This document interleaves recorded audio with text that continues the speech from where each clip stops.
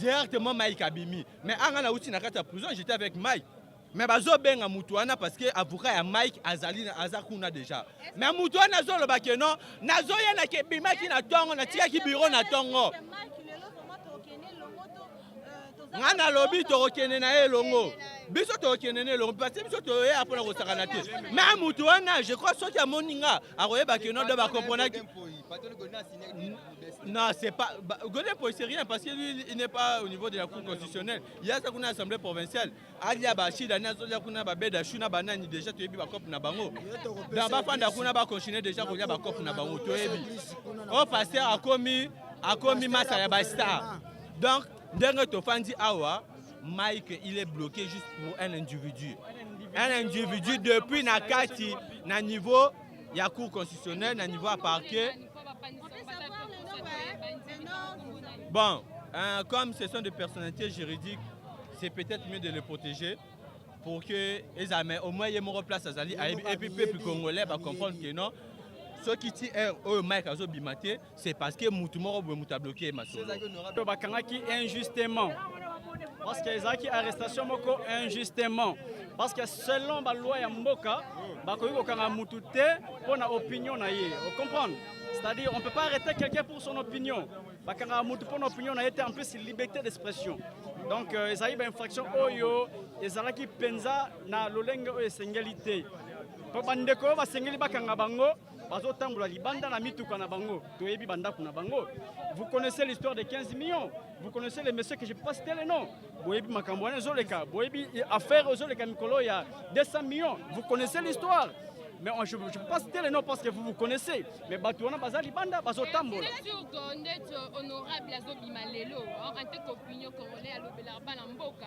En cause de la Robang, à l'école la télé pour annoncer ou bien à côté de Bamokoboy. Honorable Mike Mukebai, moi je connais personnellement ces messieurs. Azam Mutumoko, ceux qui pona bobangi, ma vanda nandako ote. Vous comprenez?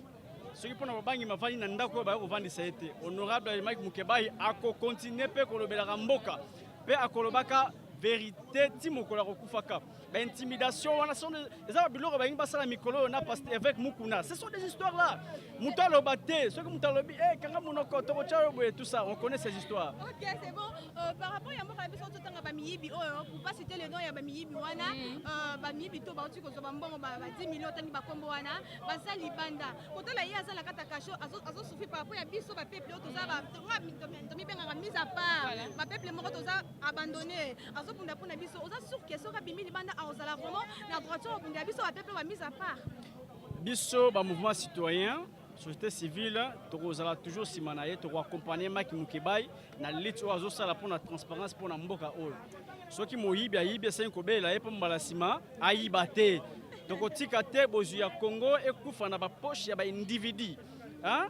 Toza na ba faire rebelle, toza ba papa na biso ya finance, papa ya budget oyo sele akangi bambongo jusque là ba papa wana bazo futa mate ba retraité parce que na mboka tango botindi bato ba kina na retraite et sengeli bo pesa bango moi enveloppe bo batinda ba papa ya finance ba pesa bango l'autre côté mais bambongo bango ba ko yibaka ba 15 millions ba 200 millions ça peut servir na ba ministère mususu le Mike tout est OK mais sauf que nga lo ba vérité na muto na tanga droit ezaka ke batali ke na moyiboye aza politique un homme politique a go drainer masse et go créer moi actualité mon ndenge mo boye moi lanterne mo boye ba sala yango pour que batu ba lemba yango nga na ba boye to lemba te lokola victoire déjà monani toze la honorable Mike azo bima soki ekozala tard oza 17h pona minute o biso mo to moni nenga avocat na ye wana akoti to moni ne ba la juge ya cour constitutionnelle a d'ailleurs to 14h pota to vendre kuna tito kitese mo ba 20 minutes ba 14h juste à koma donc nde to so la bo je suppose kaza déjà na kati atika lettre wana note wana ezo notarier liberté na ye et puis bande ko mususu ba memi ngo sko na plénière nde to so plénière ezakuna na cour de cassation donc taba même on a plénière. Tout est OK, donc honorable Mike, dans quelques heures, dans quelques poussières de minutes, Azobi Malibanda, la victoire appartient au peuple congolais. À l'embaté, parce que position à la moni, Bango Misama est le clandestin. Nandenge ya butu, nandenge ma obomama akende yango. Parce que population pesa libanda. Population na libanda consigne pesami et de mutumoko ya Mike akokota na prison te. Mais biso kotaki en tant que le commandant du peuple. Alors, à remercier Bino. Mike honorable a remercié toujours presse. Oyo tobengi ya internet, ba jouer sur internet. Oyo butu moy, bo bundaki. Surtout ba Mata Tiana, ba Muna, ba Martin, non, tikanga ba Martin Fayulu wana. Dans le peuple azali à Martin Fayulu la télé. Même ya bundaki en quoi? Même ba kesa ils ont un problème mais le peuple. Tout long wana ba parti politique éthique na peuple. Ah ouais ba Martin Fayulu te, ba Moïse te ba salini. Ba salini. Ngai oyo nana na mukate. Na kuna te. Ngai mosai na nzambi na ndimi ko sakeba mwana mboka. Non, plein quel plein. Hein? Mais c'est plein. Pourquoi plein de plein? Et ça bangote. Ce que l'homme Mike Abimi, grâce Nabino, na population, ne pas te Mike. Tu n'as qu'à connaître qu'il y a un motivé. Azakane lamba na ye wana ya prison. Elle a dit costume, chemise à pembe, chemise à pembe, elle a dit veste. Elle a dit veste, mais Azali, Azana courage, et puis dans la qui est peuple, Bazali Banda. Merci. Ok. tosiliki mpo oyo etilidi moko boye kota utele sante ntango martin azobinda mpo na verité de jour mpo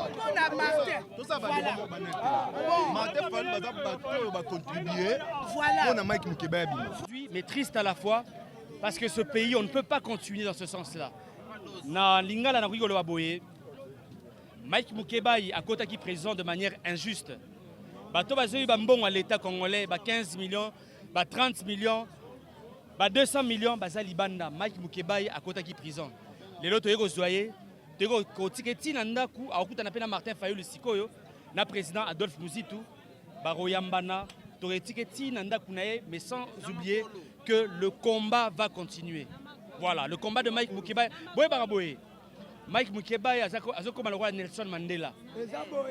Mike Mukebai azali un prisonnier que je respecte beaucoup. C'est un héros. Donc aujourd'hui Mike Mukebai a commis exemple pour la jeunesse congolaise. Prison ezali na ngondaku, to banga yango te. Pour na Congo, soto okota prison to robanga pété. Mais to lingane kaka mboka na biso échanger. Bato balingi bakomisa Congo oyo ya bango toyebisi bango bakosi. Congo oyo eza ya biso nyonso ba congolais. Toza na droit ya koloba so yibi mbongo à l'état to yebisa ko yibi mbongo à l'état. Voilà un tout petit peu. Na kosenga na bino nyonso bobetela Mike Mukebai baboko. Voilà. Martin Fayulu bato ba soutenir combat na biso ya vérité des urnes. Mukebai aza na kati. Alors esala ki biso pasi komona ndenge kozwa Mukebai kotia ye na boloko. Yango wana biso pe jeunesse a décidé to telemaki tolobi torotika likambo te po Mukebai aza congolais aza mwana mboka. Azo défendre ba valeur afinga ki te a dénoncer. Pourquoi ce qui moto a lobby vérité bino ekomi ke moto wana afingi.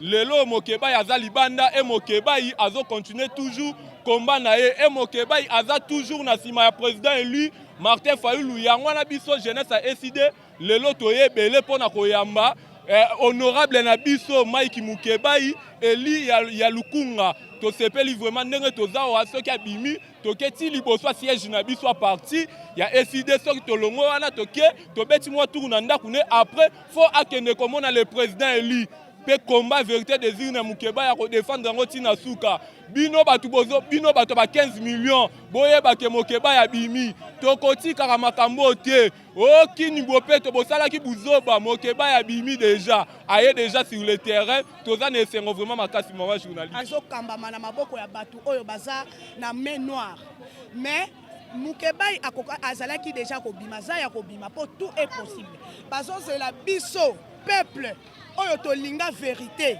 tolemba tozonga ndaku po babimisa Mike Mukebai lokola moyibi tolobi non mbule noka mboyo ekota butu ekota soki kolala awa tokolala ti tokozwa Mike Mukebai tomema ye na niveau ya parti na biso ya SID tokomema ye ti na ndaku na ye atali ndaku na ye tokokende ti na président élu Martin Fayulu totika ye toza awa papa aza déjà ya kobima eloko lisusu ezokanga eza te eloko tozokamba bibango mo bakonfirmaki ke azobie mpo ebandaki liboso lobi lobe longo lobi et comme il va confirmer que honorable azobima et c'est que tout le baquet ne titre honorable à Kobimate pour batondia baza côté l'honorable et le résultat que boyokanité soit ba coopérer bien ou soit le on y est dolé il paraît que il fallait assigner mukanda pour honorable abima si sikoyo numéro na téléphone et sur les cas est-ce que makambo wana est solo papa maman journaliste bango balobi ezali kamba ba cop biso to sala cop te biso to landa ka droit ndenge ezali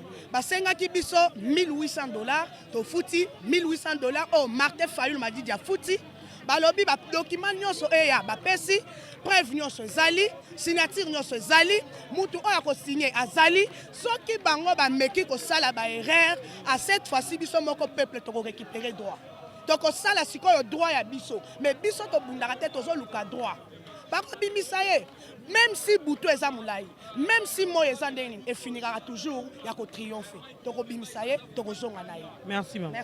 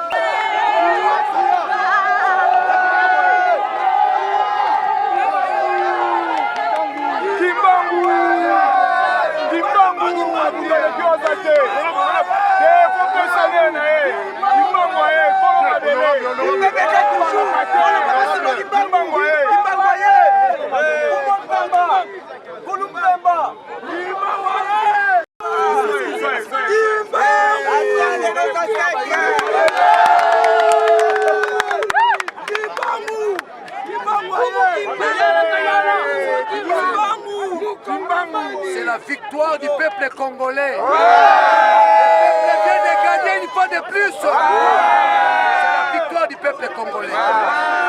Honte pour donner un pays.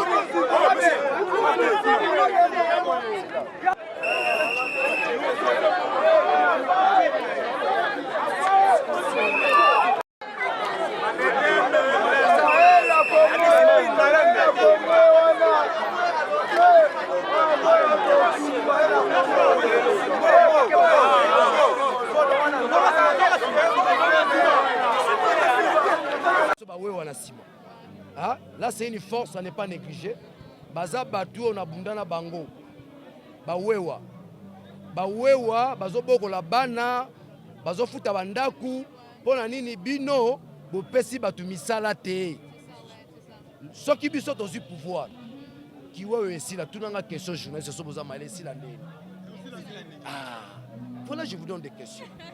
Aujourd'hui, nous avons le pouvoir avec Kumbaki, Martin Fayulu, to Moïse Katumbi, to Jean-Pierre Mbemba. Pour aussi ça c'est simple. Maman bomba mais to moyebi sabino ka. Ba Autriche. Ezelo ramukie 10 milliards na miba. Tu investis 10 milliards na pesi Félix Plan. Na kabeli Félix. Ba pona mboka na lobaka. Na aider pour ba bito ça l'opposition ko aider. Bon, Félix Place ozali, toto sunga ba wewa. On est à moko ba stratégie à 0,1% opposition. Ceux qui sont du pouvoir, 10 milliards na miba, ça veut dire que miba est commis en action. Ba jeune ozomona ba wewa ba okena bango. Ba tiki akabelo ko moto. Bon, net ina nous ba sali mambango te, na Gentini Ngobila. Chelanga caméra. Ba moto oti yumbi amona opposition na Kinshasa ezate. Gentini Ngobila. O eza message nazo pesa yo. Peut-être eza asuka. Hein?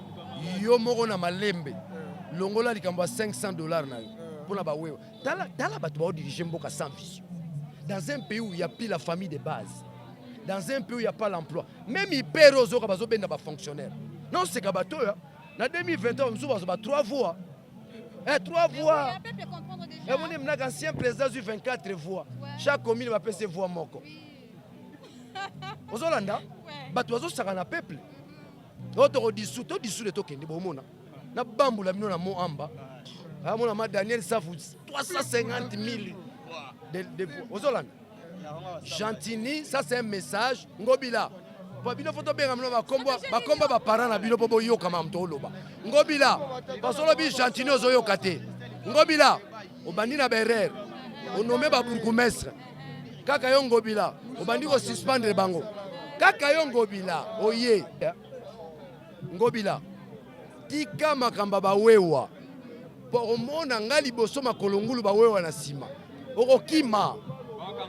Okokima. Basali excusez-moi ndeko nanga pardon. Na reproche ko mbali boso tuninga question malamu.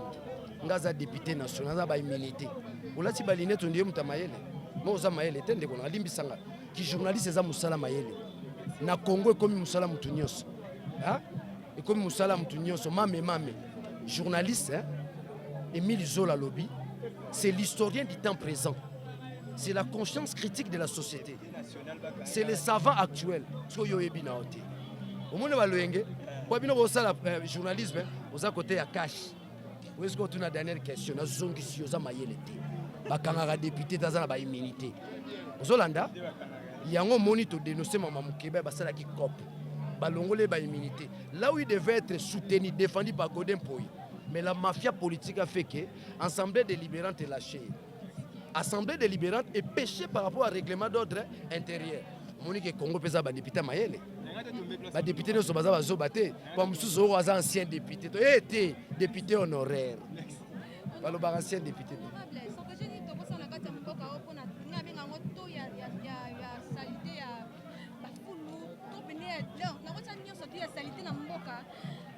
Parce que rien. Yo mo poko ça tant rien. Oui, rien. C'est côté de stratégie. Stratégie ça va mort. Je te réponds. Tomo kabela bango. Ezali kambo mutu, ezali kambo mutu, ezali kambo mutu. Eza moko. Il y a ce qu'on appelle les services d'hygiène. C'est ça que nous devons mettre en place. Avec les services d'hygiène, il y a possibilité de résoudre les cas où il y a salubrité dans la ville à Kinshasa. Gentini a triché. A triché. Tala ba kolo kino bazali. Ba teke umbo ba diriger ville lobby. Daniel Safou gouverneur ya ville à Kinshasa na service d'hygiène. Yes ikoyo na yumbi yoka la place à outil. Basala ka ba opération. Non, il y a une nette différence entre l'opération et un service. Ayeli bisoka mamba yumbi kuna yoka kombo opération kini bopeto. Ça sent les armes, opération. Ça sent les copes. Yoka kombo parce que mutu solo ngo zoyer faut qu'on lande na langage na ye. Wittgenstein à lobby hein? Les langages c'est le lien de la monstration de l'homme. L'homme se dévoile par son langage. Le langage c'est l'homme. Le langage, c'est le véhicule de la pensée. C'est par le langage qu'on peut véhiculer notre pensée. Et maintenant, revenons maintenant dans la technique langagère. Opération Kinibopeto. Yoka, opération. Ça sent les copes.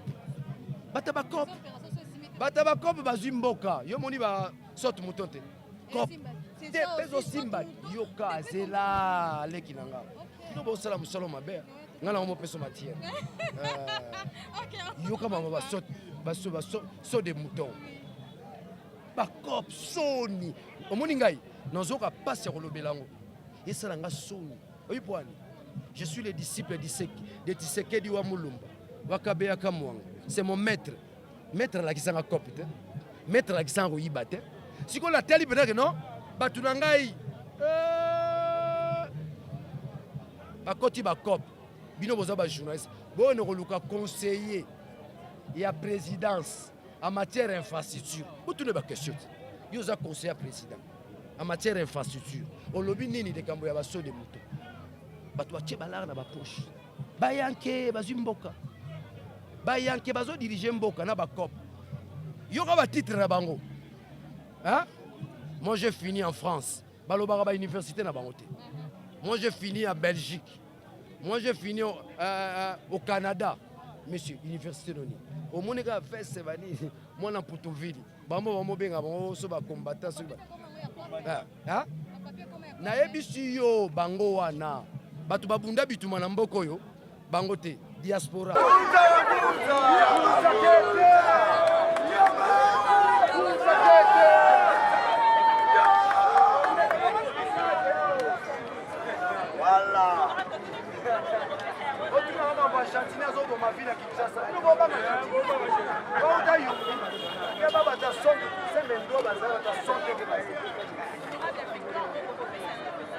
touti na kati bato nyonso bakozela bamona mwana mboka Mike Mukebai tobima na ye tozonga na ye ntango tokoti na kati il a fallu to vérifier baformalité administrative et procédurale soki nyonso eyalaki accompli donc nyonso eyalaki accompli on a payé tout ce qu'on nous avait demandé les actes ont été saisis donc l'arrêt eyalaki saisi mais mokili o mokili akoyeba eza nini mokili ayeba ete na moment ototelemi awa il suffisait depuis 9 heures ba maître Mbaki ba maître Jonathan ba ali na cour constitutionnelle biso to ali na makala to ali na contact bango bakendaki kozwa arrêt huissier aya nango na makala et puis batindela parquet général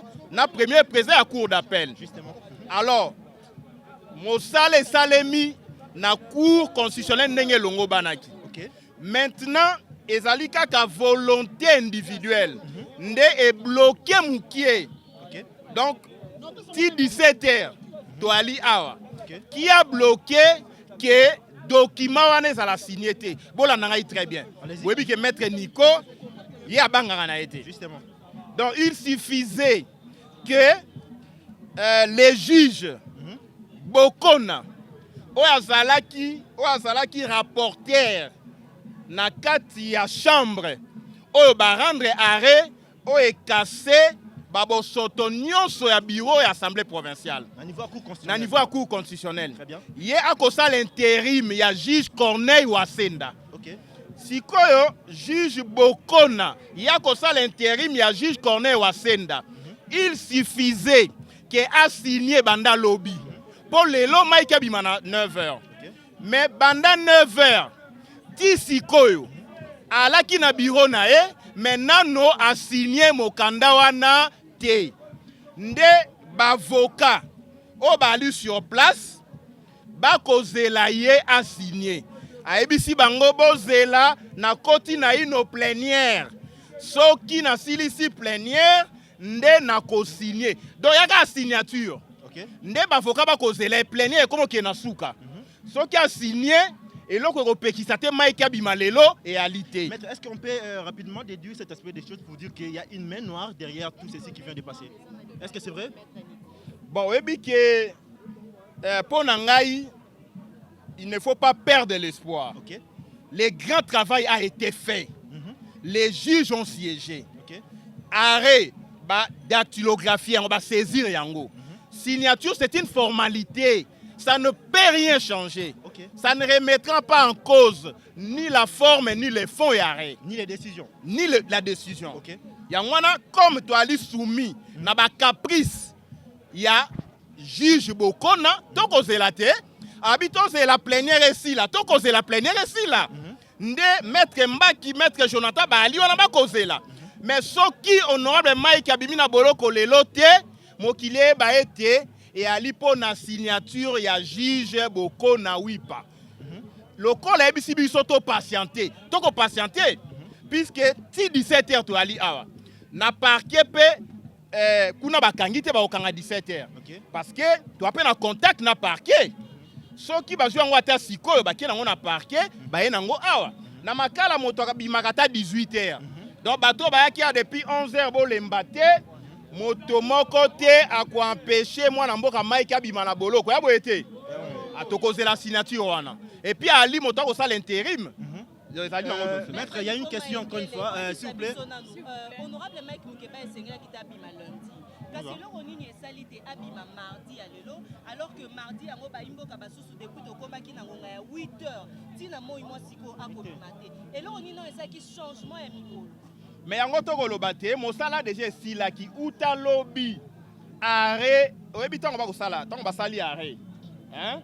Il faut kosigne arrêt avant bonotifie yango donc bato nyonso basigne et totikali tozela rapporteur te moto oyo azali lokola secrétaire rapporteur lokola secrétaire na kati ya cour hein? Ye azali rapporteur a remplacé au sein l'intérim ya juge Corneille soki Corneille wasenda alaki mbele biloko yali te mpo avoyage aki na nsima ya kosiege nde atiki intérim na ye epai ya juge Bokona juge Bokona lobi asignaki te lelo mpe na yino asigné te tokozela totala bonne foi na ye dans 2 heures mais soki te butu asigné te tokolobaki non mauvaise foi est établie. Vous êtes politique à la fois. Il y a ceux-là qui pensent que l'honorable député Mike Mukebai a eu bien sûr à négocier sa libération. Est-ce que êtes-vous de cet avis? Non, s'il vous plaît. S'il vous plaît, Ndeko Mike Ndenge, vous savez, honorable Mike Mukebai combat aussi les antivaleurs, dont la corruption. Justement. Parmi les gens qui avaient siégé, figure le juge Corneille Wasenda. Il est réputé à cause de sa moralité publique avérée. Très bien. Ici, les droits a été dans les camps de Mike. Okay. Mike a attaqué en inconstitutionnalité les décisions de M. Godin Poyi et les autres membres du bureau.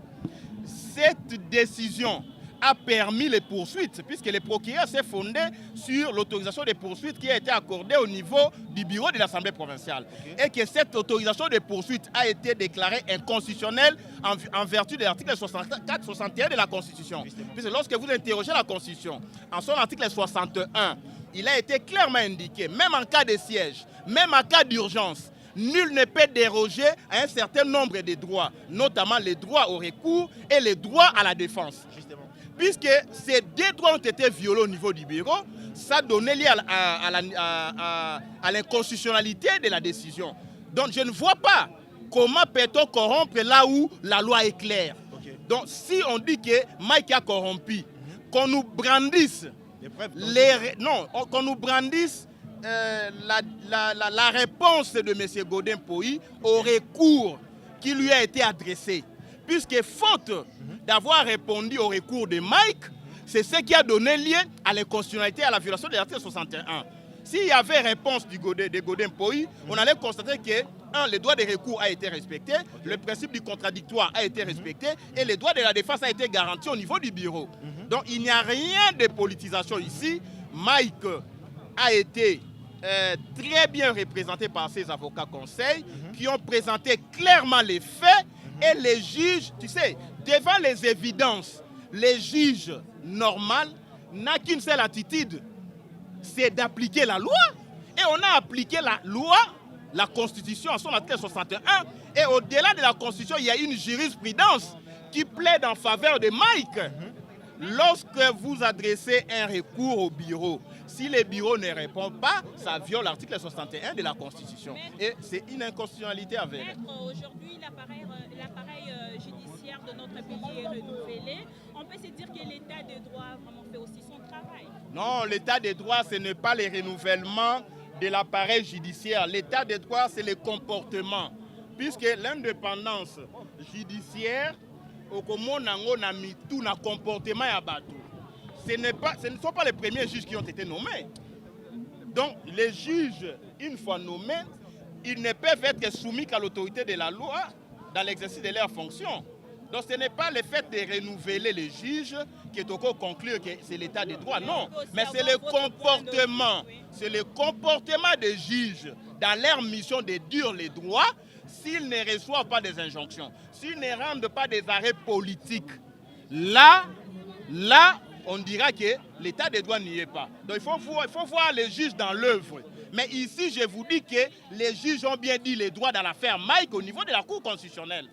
puisque la Constitution a été violée et on a constaté cette violation dans les chefs de M. Godin Poyi. Quelque part, on peut dire bravo à notre justice. Non, on ne dit pas bravo quand quelqu'un n'a fait qui a appliqué la loi. Maître Nico Maïngele, une dernière question pour justement vous laisser vous reposer.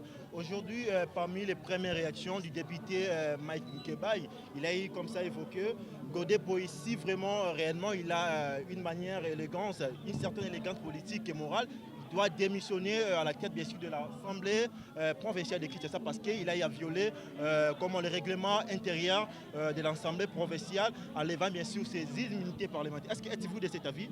Bon, je suis de l'avis, bon, tu sais, c'est dans une république normale où il y a des démissions par acquis de conscience. Ici, Godin Poyi ne peut pas démissionner puisque Godin Poyi s'est comporté en pharisien. Il est moufarisé. C'est lui qui viole la loi sciemment. Il a violé toute la procédure réglementaire à la matière. Il a fait sciemment. Tant que a démissionné, sera par imprudence, par omission, à se rendre compte que la personnalité n'a pas mise en pâture. Il doit rester là, à la tête. Mais lui ne peut pas démissionner puisqu'il n'est pas de bonne foi. Vous voyez, il n'est pas de bonne foi. C'est Mike qui sera bimi, il faut poursuivre Godin Poyi. Parce que l'acte de Godin Poyi est préjudicié Mike et violer la Constitution, et violer le règlement intérieur, et violer toutes les lois de la République en matière de détention à un député. C'est ainsi que Godin Poyi doit se comporter en conséquence. Mike va sortir et Toko s'affronter à Godin Poyi dans la justice, je vous l'ai dit. À quoi échapper? Sans oublier Monanteba. Daniel Monanteba, c'est un menu frétin. Il a eu à le traiter comme une fois qu'il souffre d'amnésie passagère. Il a appelé des intentions, tout ça. Oui, puis Monanteba, Azan est l'autre côté. Ok. 11h, tu n'as pas eu moi tout le monde honorable Mike Mukebai a copie. Bon, on a sûr que Rolandi, avocat Mike Mukebai, ils sont beaucoup plus attitrés à l'aspect juridique. Et l'autre côté, qui est que les rapporteurs, juge Bokona, où il y a pour poser signature. Il y a un cours constitutionnel à Saranda qui est verdict depuis lundi, hier. Monsieur Tozelaïn, on a besoin de Mukebai et Bimalobi, Mabima qui fait. Balobaga a signé les lots. Tokombi les lots a signé Karaté, donc c'est ici l'occasion pour Beta Mela. Ndeko Bokona, il faut y avoir que Bissoni surtout soumis à Mibeko. Mike Mukebai a élu. Il y a ville à Kinshasa, il y a commune à Lingwala, Mike Mukebai a bateau bateau balingi mingi pour provio mo komoni ne bateau bateau ndi ali so prison bisu soutenir pour na soutenir donc la biso Mike Mukebai. Donc je pense que ndeko il faut poser signature na ye à sala ngo pour ndeko Mukebai abima 4 mois 5 mois en prison comme quand même belé toi na posa na ye. Les coopérants, on se pose tant de questions. On est au lot de récupération politique parce que tout au long, il y a un moment où les communs sont en prison. Tout le monde a qui Daniel Safouké. Mais aujourd'hui, tout le monde va t-shirt, il y a Tami, il y a Christelle Wanga, il y a Daniel Safouké. Il y a une émotion par rapport à tout ça. Bon, récupération politique ou pas, moi je ne sais pas. Mais on sait que Daniel Safouké c'est un grand ami à Mike Mukebai. Peut-être que Mike Azagi est en prison, il fait tout ça. Tant que Daniel Abando est en prison chaque semaine. Biso to ando yota Mike na prison, est-ce qu'il va toi surtout bando yota na prison? Est-ce que so yota mutu na prison, il faut même ba fanfare, est-ce qu'il faut même ba kaliko? Non. Lelo ngai pe na hotel ma aba to lobi me pero ngo to moni ka lelo. Tom sunga na bino to moni pe ka lelo. Mais est-ce que so na yota Mike Mukebai, est-ce que ton na yota na la caméra? Non, Mike c'est Azamuto Abatu. C'était un ami à nous tous. Je pense qu'il faut pas trop polémiquer autour ya bato ba yego luka ke Mike abima hein. Eza jour a esengo, eza la muto atala ki Mike Mukebai te, eza la muto a soutenir ki Mike Mukebai te. Mike aza Arche de Noé. Mike a sangisa bato. Mike malgré qu'il député na ye bato ba yebi bato ba fanda ne ba yebi ka tikala Mike Mukebai master na biso obiso to yebi. Donc lelo soki bato ba ye to landa ba polémique to yo to mona ki ote yo ko tcha lokolo tete. Tozana besoin unité autour de Mike Mukebai, tozana besoin unité autour à combat na ye parce que Mukebai c'est quand même un homme qui défend les valeurs, qui lutte contre les anti-valeurs. Donc la polémique on a genre que yo zalakate lelo to monio, je pense que Mabiso n'est pas immortel. Donc libération Mike Mukebai, il faut solidifier davantage unité autour de Mboka, autour de combat Mike Mukebai pour l'avènement d'un État véritablement de droit dans ce pays. Merci. Merci.